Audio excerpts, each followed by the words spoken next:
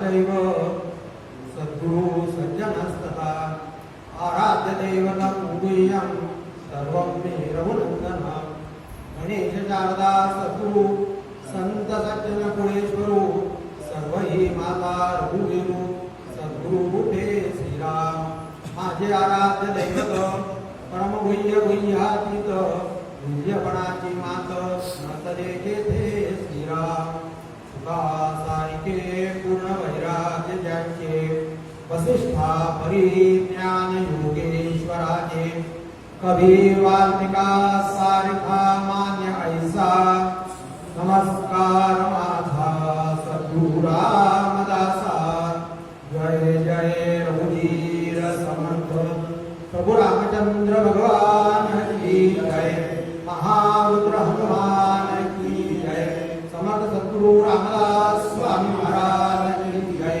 योगीराज कल्याण स्वामी महाराज की जय सद्गुरु श्री दत्तात्रेय स्वामी महाराज की जय सद्गुरु बाबा महाराज की जय सद्गुरु श्री वासुदेव महाराज की जय जय जय रघुवीर समर्थ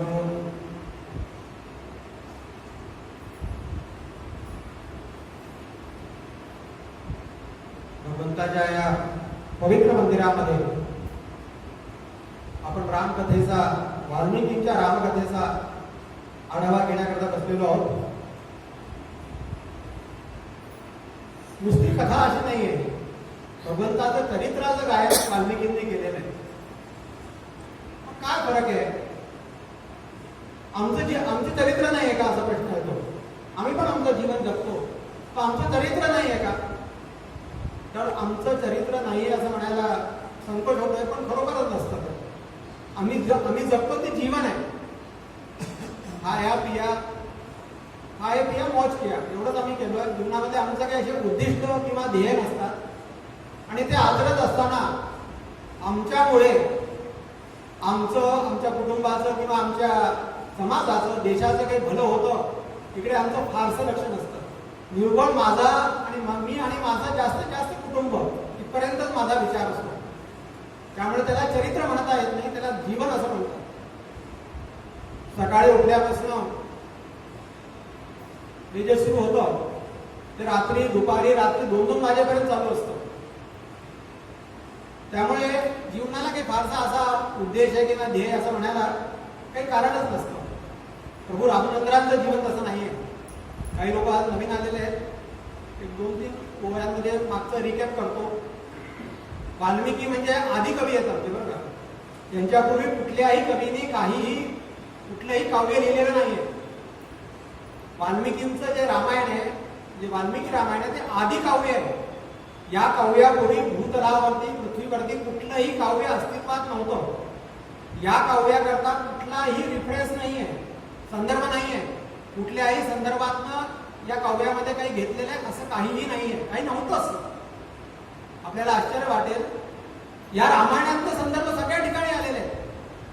वाल्मिकींच्या रामायणातले संदर्भ सर्व ठिकाणी आलेले आहेत. 18 पुराणांमध्ये त्याचा उल्लेख आहे, सगळ्या पुराणांमध्ये उल्लेख आहे.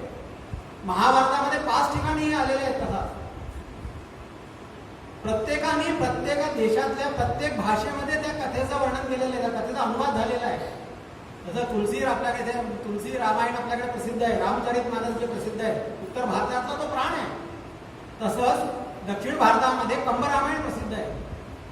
देशातल्या बंगालामध्ये म्हणा, कर्नाटकामध्ये म्हणा, सर्व ठिकाणी प्रत्येक ठिकाणी आपापल्या परीने लोकांनी, तिथल्या कवींनी, मोठ्या मोठ्या ऋषीमुनींनी त्यातल्या प्रांतातल्या भगवंताचं चरित्राचं गाण केलेलं आहे. काश्मीरमध्ये सुद्धा हे आहे, फारसी भाषेत अनुवाद झालेला आहे. पाश्चात्य देशामध्ये रामायण गेलेलं आहे. असं या चरित्र भगवंताचं आहे. आणि आपल्याला सांगतो, आपण काल बघितलं, शुकाचार्यांचं आपण बघितलं, इतर लोकांचं बघितलं. समर्थांनी सुद्धा या वाल्मिकी रामायणाचं आपल्या तपश्चर्येच्या काळामध्ये अध्ययन केलेलं आहे, सूक्ष्म असं अध्ययन केलेलं आहे. समर्थांचं वय त्यावेळेला 15 ते 16 वर्षाचं नुकतं. 12 वर्षाच्या वयामध्ये ते घर सोडून आलेले आहेत. टाकळीसारख्या ठिकाणी त्यांनी तपश्चर्यास प्रारंभ केलेला आहे. आणि 12 वर्षाचं लेकरू दुपारभर सकाळी तरी तपश्चर्या करावी, दुपारी माधुकरी मांडून भगवंताला नैवेद्य अर्पण करावा, स्वतः ग्रहण करावा.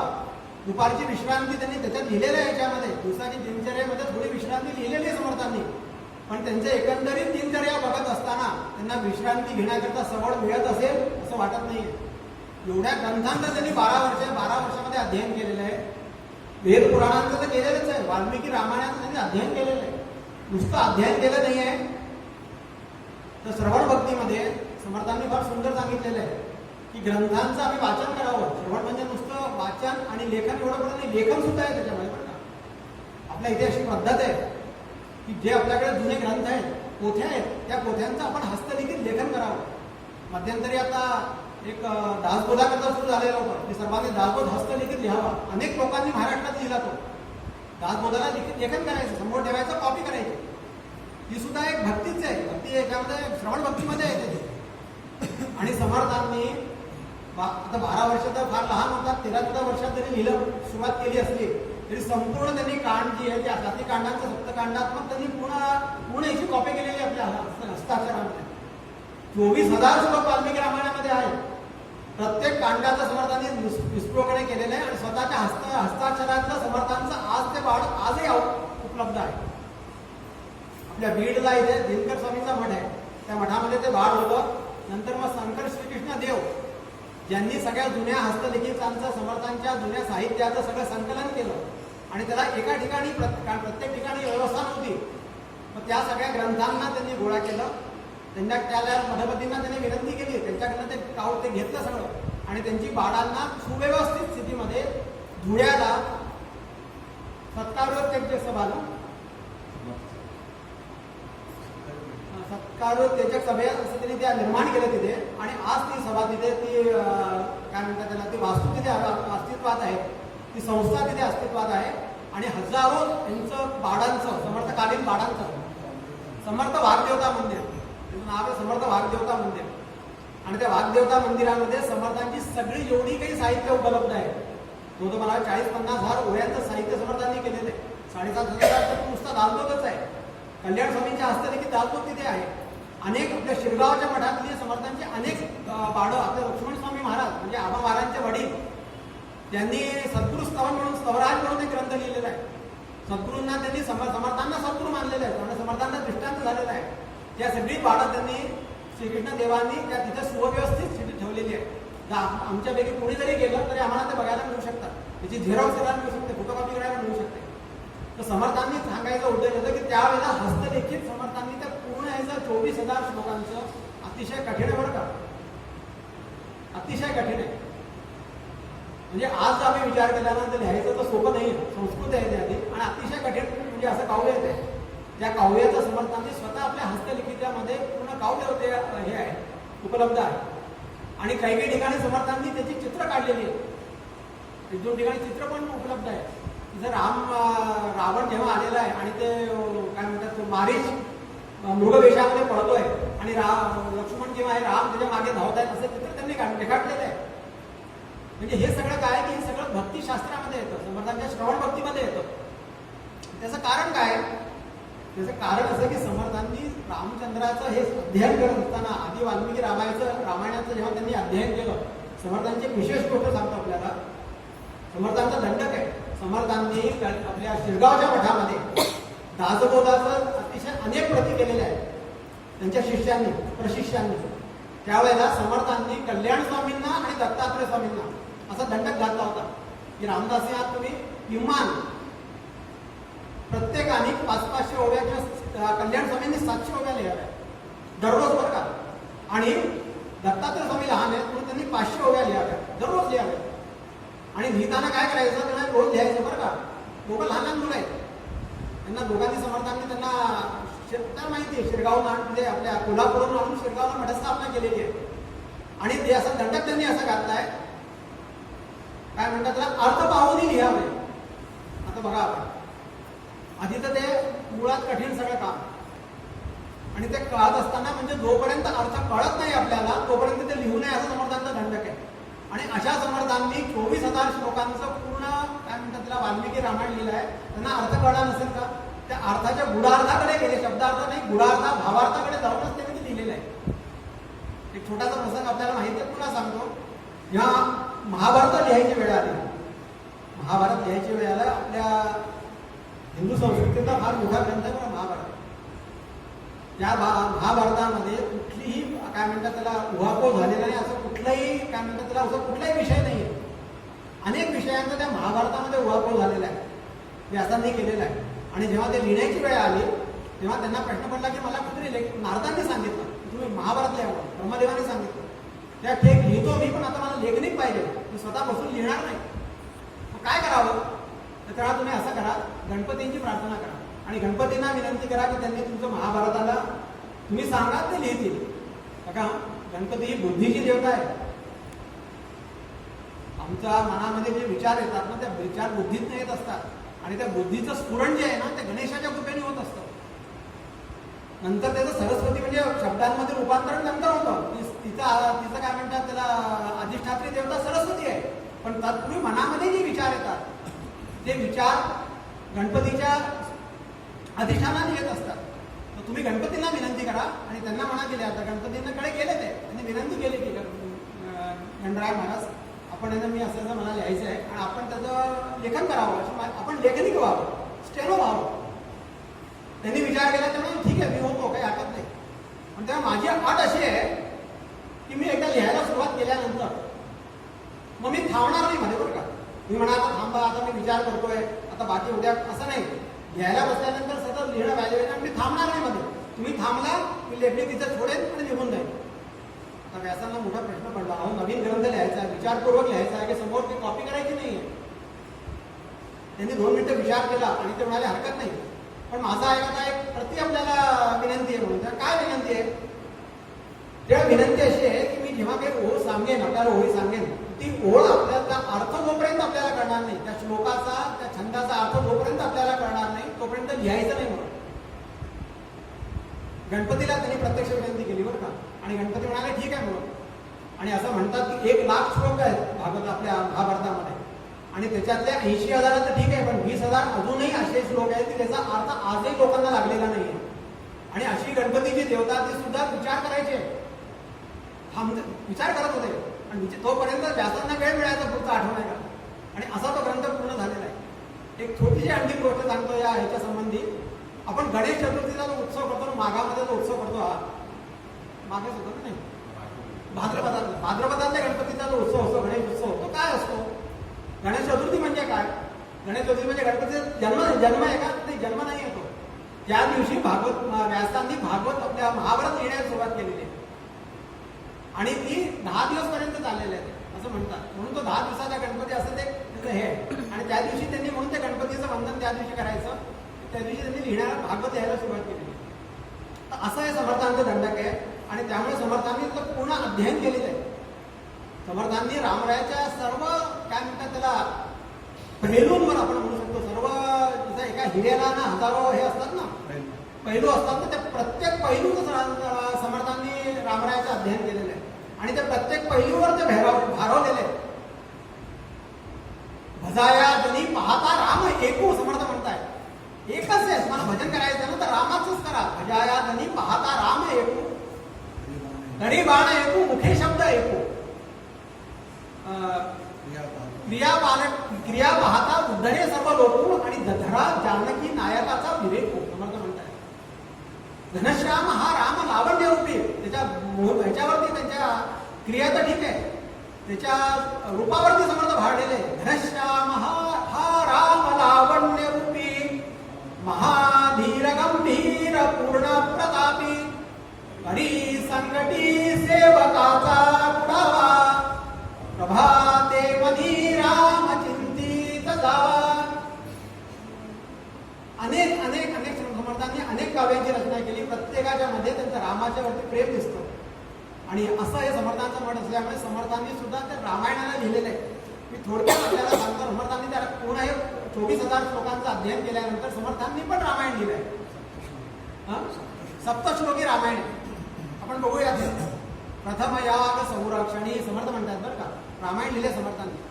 प्रथम याग संरक्षणी, ताटिका मारिली एक बाणी, 20 कोटी निशाचर श्रेणी, सहित सुबाहू मर्दिला, मुनिवधू उद्धरी पदस्पर्शी, जिंकोनिया जनकात म्हणजेसी मातृवचन पितृआज्ञेसी सत्य केले दयाळुवे गोदातटी पंचवटी.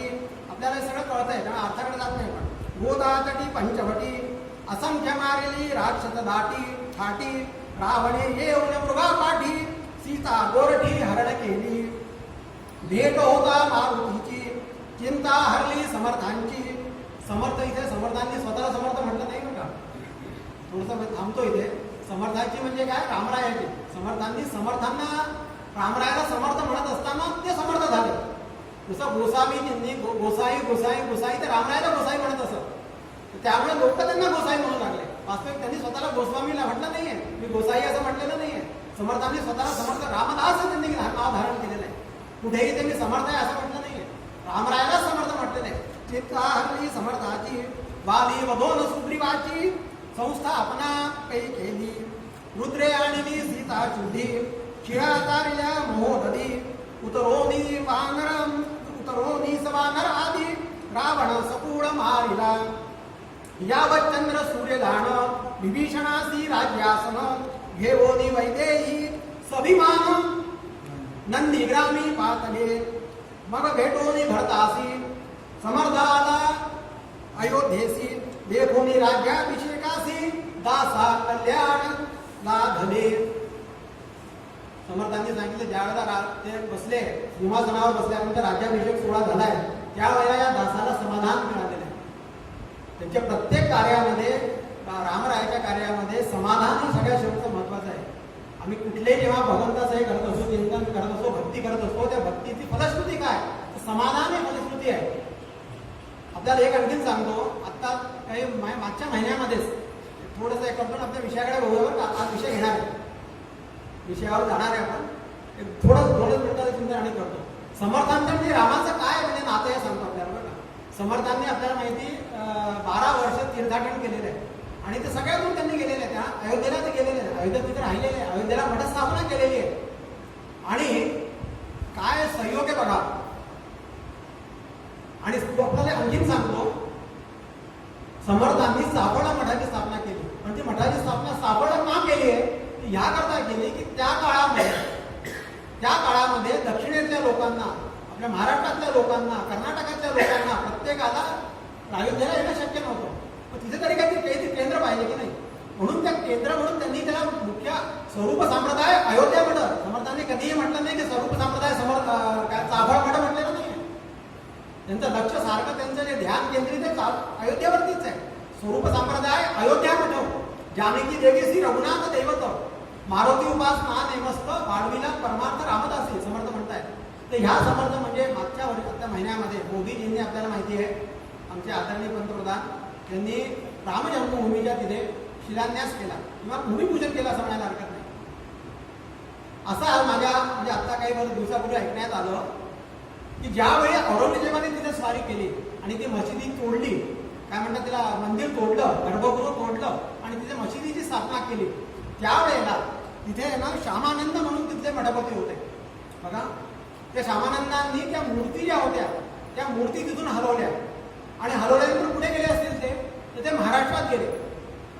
आणि महाराष्ट्रात गेल्यानंतर हे बघा समर्थ ज्यावेळेला पदभ्रमणामध्ये कदाचित असतील, कुठले त्यांनी मंदिर असतील स्थापना केलेली नसेल, त्यामुळे त्यांनी त्या मूर्ती असं म्हणतात की त्यांनी त्या मूर्ती एकनाथ महाराजांकडे सुपूर्द केल्या. हे लेखी स्वरूपात माझ्याकडे आलेलं आहे, म्हणजे व्हॉट्सअपवर आलेलं आहे. त्यानंतर एकनाथ महाराजांकडनं त्या मूर्ती एकनाथ महाराज आणि समर्थांचा काळ जवळपास समकालीन काळच आहे आणि औरंगजेब पण त्या काळातच झालेला आहे. त्यामुळे सगळं म्हणजे बरोबर वाटतं सगळं. समर्थांनी लहानपणी समर्थांना एकनाथ महाराजांच्या धुळीत घातलं होतं असे म्हणजे समर्थांचं आणि त्यांच्या आईंचं आणि एकनाथ महाराजांचं नातं पण आहे.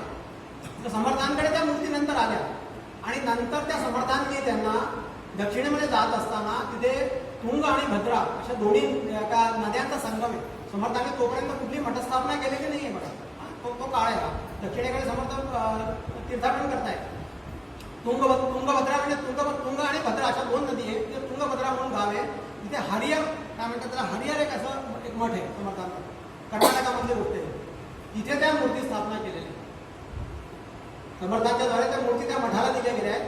आणि आता जेव्हा हे झालं काय म्हणतात त्याला राम जन्मभूमीचं हे झालं त्यावेळेला तिथल्या मठांकडनं खूप मोठा उत्सव साजरा केला तिथे आणि त्यांना अतिशय आनंद झाला आणि ते आता वाट बघतात की त्या मूर्ती पुन्हा पुढे म्हणजे आम्ही कधी ती स्थापना पुन्हा परत करून ते आपल्या जागेवर येतो. दुसरं एक आणि सांगतो की समर्थांनी या मूर्तींची स्थापना सज्जनगडावर केलेली आहे. आपल्याला माहिती असेल अरणीकर म्हणून ते आंधळे कारागीर होते आणि त्या कारागिरांकडनं समर्थांनी करून घेतलं. अतिशय सुंदर कारागीर होता तो आणि तिथल्या त्यावेळेचा तो उत्कृष्ट कारागीर होता. समर्थांनी माहिती काढल्यानंतर कळलं की ते अंध कारागीर आहे, त्यांना दिसत नाही महाराज. आता ते म्हणाले की मला काही हरकत नाही करायला, पण आता मला दिसत नाही, त्यामुळे आता आपल्या मनातल्या ज्या मूर्ती आहेत त्या मी करू शकत नाही. मग समर्थांनी त्यांना दृष्टी दिली आणि त्या मूर्ती त्यांच्याकडनं करून घेतल्या. 14 मनाच्या मूर्ती आहेत त्या. फक्त एवढंच आहे की ह्या मूर्ती ज्या इथून गेल्या आहेत त्या राम सीता लक्ष्मणांच्या होत्या. समर्थांनी त्यात हनुमंताची जोड केलेली आहे. हनुमंत पण तिथे दास रूपामध्ये आहे. त्या मूर्तींची जी काय म्हणतात त्याची जी ठेवण आहे ती सगळी ह्या मूर्तीसारखीच आहे. त्यांचा मुख्य म्हणजे दोन्ही हात जे आहे ना, एका हातात धनुष्य बाणाचे जे बोटांची पद्धत आहे ती पद्धत आणि दुसऱ्या हातामध्ये जे बाण घेतलेला आहे ती पद्धत दोन्ही मूर्तींची जवळपास सारखीच आहे. त्यामुळे समर्थांनी या मूर्तींना म्हणजे बघितलेलं आहे असं म्हणायला हरकत नाही. समर्थांच्या मनामध्ये ध्यान ठसावलेलं आहे आणि तेच ध्यान त्यांनी काय म्हणतात त्याला कारागिराला दिलं की तू अशा मूर्ती अशा प्रकारच्या मूर्ती पाहिजेत. शक्यता आहे की कारागिरीने त्या मूर्ती पाहिल्या पण असतील जाऊन, हे पण शक्यता आहे. समर्थांनी सांगितलं असेल की जाऊन पाहू नये, मला अशा प्रकारे पाहिजे. म्हणजे इतकं सांगतो ना, एवढा सगळा सहयोग म्हणता येणार नाही. कुठेतरी या गोष्टींना काहीतरी अर्थ आहे आणि कुठेतरी समर्थांचं आणि रामरायाचं जे मूळ रामायचं स्थान आहे त्याची कुठेतरी काय म्हणतात त्याला एक लागवेग होते असं म्हणायला हरकत नाही. असं हे समर्थांचं आहे. आपण आता आपला विषय होत आला, वेळ होत आला, पण विषयाकडे बोलूया. वाल्मिकी रामायणाची सुरुवात जी आहे तत्पूर्वी आपण एक श्लोक म्हणतो आणि सुरुवात करतोय. पूजन्तं राम रामेति मधुरं मधुराक्षरम् आवुह्य कविता शाखा वंदे वाल्मीकि कोकिलम. वाल्मीकि भगवान की जय. प्रभू रामचंद्र भगवान की जय. आपल्या मोठमोठाले ग्रंथ जेवढे आहेत त्यात अधिकांश ठिकाणी संवाद स्थापना झालेली आहे. गीतेचा संवाद, गीता आपल्याला माहिती आहे, भगवान श्रीकृष्ण आणि अर्जुनाचा संवाद. अनेक रामगीता आहे. रामगीतेमध्ये भगवंत रामराया आणि लक्ष्मणाचा संवाद आहे. गुरुगीता आहे वगैरे वगैरे. जेवढे गीता म्हणजे भगवंताच्या मुखात आले त्याला गीता म्हटलेलं आहे. दासबोध गुरु शिष्यांचा संवाद. दासबोधामध्ये गुरु शिष्यांचा संवादच आहे. आमच्या सगळ्या ह्याच्यामध्ये अवधूत गीतेमध्ये संवादच आहे. प्रत्येक गीतेमध्ये, प्रत्येक पुस्तकामध्ये, प्रत्येक ठिकाणी आमच्या महान ग्रंथांमध्ये संवादारूपातच आहे. आमच्या प्रपंचामध्ये आम्ही वाद घालत असतो, संवादाला फार कमी स्थान असतं. प्रपंचामध्ये चालतो पण सुसंवाद किंवा संवाद हा फार कमीच असतो. वाद जास्त असतो. नको रे मना खेद वाद नाना विकारी समर्थ म्हणतात. नको रे मना खेद, नको रे म्हणा क्रोध हा खेदकारी, नको रे म्हणा वाद नाना विकारी समर्थ म्हणाले. असो तर समर्थांनी आपला संवाद चालू आहे आणि संवाद कुणाचा चाललाय तर वाल्मिकी ऋषींच्या आश्रमामध्ये नारदांची स्वारी आलेली आहे. आपल्याला माहित आहे नारद हे आमच्या संस्कृतीचे आणि भारतीय वैदिक संस्कृतीचे आद्य प्रचारक आहेत. भगवंताच्या भक्तीचे, भगवंताच्या काय म्हणतात त्याला नामगायनाचे आद्य प्रचारक आहेत. बरं का, जेवढी काही आपल्याला ही ग्रंथ संपदा दिसते ना, त्यात रामायण असो, महाभारत असो, भागवत असो, याच्या मूळ स्थानी नारदच आहेत. प्रत्येक ठिकाणी नारदांनीच प्रत्येक मुलींना, प्रत्येक ऋषींना विनंती करून त्यांना प्रेरणा देऊन आणि अनेक ग्रंथांची अशी रचना केलेली आहे. त्यांचा उद्देश स्पष्ट आहे. प्रत्येक घरोघरामध्ये भगवंताच्या भक्तीचा दीप जळला पाहिजे. प्रत्येकाच्या हृदयामध्ये सुद्धा भक्तीचा दीप जळला पाहिजे आणि प्रत्येकाने आनंदात राहावं आणि भगवंताचं नाम गुणगान करावं. एवढंच नारदांचं फक्त हे आहे. स्वार्थाचा वैयक्तिक स्वार्थ काहीही नाहीये. आणि असे हे नारद एक दिवस भगवान वाल्मिकींच्या आपल्या आश्रमामध्ये येतात आहे आणि वाल्मिकींना अत्यंत आनंद झालेला आहे. वाल्मिकी त्यांची काय म्हणतात त्याला पाद्यपूजा करतात आणि त्यांच्या चरणावरती लोटांगण घालतायत. काय यांचं नातं आहे का आपण बघूया, काही नातं आहे का. वाल्मिकी म्हणजे मुळात कोण आहे असा उल्लेख येतो. आपल्याला अनेक लोकांना चरित्र माहिती आहे वाल्मिकींचं. वाल्मिकी म्हणजे असं येतं की रत्नाकर डाकू म्हणून त्यांचा उल्लेख आहे. मुळात ते प्रचेतांचे पुत्र आहेत बरं का, एका चांगल्या सुसंस्कृत त्याच्यातले आहेत. पण दुसंगतीमुळे ते बिघडले आणि बिघडल्यामुळे काय झालं की शिक्षण वगैरे, लोकशिक्षण वगैरे काही नाही आणि नुसतं चोऱ्या माऱ्या करणे, इकडे तिकडे वेळ घालवणे एवढंच त्यांचं कार्य आहे. जसं जसं वय वाढत गेलं त्यांचं लग्न झालेलं आहे आणि लग्न झाल्यानंतर आता उदरभरणा करता किंवा ह्याच्याकरता काय करायचं तर चोऱ्या माऱ्या करणे हाच त्यांचा व्यवसाय सुरू झालेला आहे. एका जंगलामध्ये त्यांनी आता किर्र जंगलामध्ये स्वतःचं वास्तव्य करून घेतलेलं आहे. रत्नाकर डाकू यांचं नाव आहे, आता डाकू झाले ते. आणि येणाऱ्या जाणाऱ्या वाटसरूला त्या काळी आपल्याला माहित असेल काही याची साधनं नाही, यात्रेची काही साधनं नाही आहे, या तर पायी भ्रमण करायला पाहिजे. कुणी संपन्न असला तर त्यांनी बैलगाडीतनं प्रवास करावा. त्यामुळे त्या मोठमोठे व्यापारी असायचे, मग त्यांना व्यापार करताना त्यांनी आपलं सगळं साहित्य धनदौलत हे सगळे त्या बैलगाडी ठेवावी आणि इकडून तिकडे त्यांनी प्रवास करावा. आणि किर्र जंगलामध्ये हा आल्यानंतर ह्यांनी त्यांना धरावं, लुटावं, मारावं, वेळ पडल्यास मारावं. अधिकांश लोक याच्या भीतीमुळे पळूनच जावे, पण समजा पळले नाही, समजा त्यांनी प्रतिकार केला हा त्यांना मारायला सुद्धा कमी पुढे करत नव्हता. असा आहे रत्नाकर डाकू आहे. आणि ह्याच्यामध्ये त्याला काही गैर वाटत नाहीये. त्याच्या इतक्या अंगवळणी पडलेलं आहे की मारणं पिटणं हे सगळं असं म्हणतात. आपला परवा विषय निघाला होता की त्यांनी मारावं, एक कंकड आपला एक खडा त्यांनी रांजणामध्ये टाकावा आणि त्याच्या अंगात मुरलेला असताना अशा वेळी एक दिवस तो बघतो तर तिथून समोरून एक असा एक मुनी येऊन राहिले. कोण मुनी येते आणि त्याच्या मनामध्ये काय चाललंय, नारायण नारायण नारायण नारायण नाम तुझे अति पावन नारायण नारायण. भगवंताचं नामस्मरणामध्ये दंग आहे. हातामध्ये चिपळी आहे, एका हातामध्ये दुसऱ्या हातामध्ये वीणा आहे आणि भगवंताच्या नामस्मरणामध्ये दंग झालेला असा प्रसन्न चित्ताने हे नारद मुनी येऊन राहिले समोर. याला की कळे ना, जवळ आल्यानंतर तो एकदम झाडीतनं बाहेर आला. ए थांब थांब थांब. ते आपल्या मस्तीमध्येच आहे, त्यांना ऐकू चाललं नाही काय म्हणतोय. आणि ते अधिकाधिक जवळ येऊ लागले. त्यावेळेला ह्याला प्रश्न पडला, कोण आहे हा? अरे थांब थांब थांब. त्यांनी थांबवलं त्यांना. ते बोला, बोल बेटा बोल, कोण आहेस तू, कोण आहेस तू? मी एका भया जगाचं संचालन करणारा जो परमेश्वर आहे, तो भगवंत आहे. त्या भगवंताचा एक व्यक्तींची दास आहे. मी काय म्हणालास तू? दास आहे? मग इथे कसं काय आलं? काही नाही, संचार करता आलो, मी आपल्या भगवंताचं नाम घेतो आहे. तुला तुला माझी भीती वाटली नाही? मला भीतीचं काय कारण आहे? त्या भगवंताच्या दासाला भगवंताच्या भक्तीनं दासाला निर्भयत्व प्राप्त होतं. भीतीचं काही कारणच नाही आहे. थांब थांब, मी झडती घेतो. मी तुझ्याकडे जे काही असेल ते काढून दे मला. घे, हे घे वीणा घे, हे घे चिपळी घे आणि तू पण भगवंताचं नाम घ्यायला सुरुवात कर माझ्यावर. काय बोलतोस मला कळत नाहीये, काय म्हणतोयस तू? आणि असं करत असताना त्यांचा संवाद सुरू झाला. आणि यांनी तुझं काय म्हणजे हे ते म्हणाले की असं आहे की तेव्हा सत्कर्म आणि काय म्हणतात त्याला दुष्कर्म नारदांनी सांगितलेलं. हे बघा, चांगलं काम करावं बेटा, चांगलं काम करावं, हे असं काम करू नये. काय असतं सत्कर्म, काय असतं दुष्कर्म? ज्या योगाने आमच्यामुळे समोरच्या माणसाला त्रास होईल, त्याला दुःख होईल, त्याला पीडा होईल, त्याचं मन हळहळेल असं कुठलंही कार्य केलं त्याला दुष्कर्म असं म्हणतात. आणि ज्याच्यामुळे आमच्या वागण्याने जर समोरच्याला प्रसन्नता वाटली, त्याला चांगलं वाटलं, त्याचं काहीतरी भलं झालं, त्याचं कल्याण झालं, त्याला सत्कर्म असं म्हणतात. काय असं अर्थ आहे? असं आहे, जो सत्कर्म करतो ना त्याला भगवंताची विशेष कृपा प्राप्त होते आणि त्याला चांगला लोक मिळतो, जीवन जे सुखमय होतं. आणि जो दुष्कर्म करतो ना त्याला भगवंत पीडा देतो.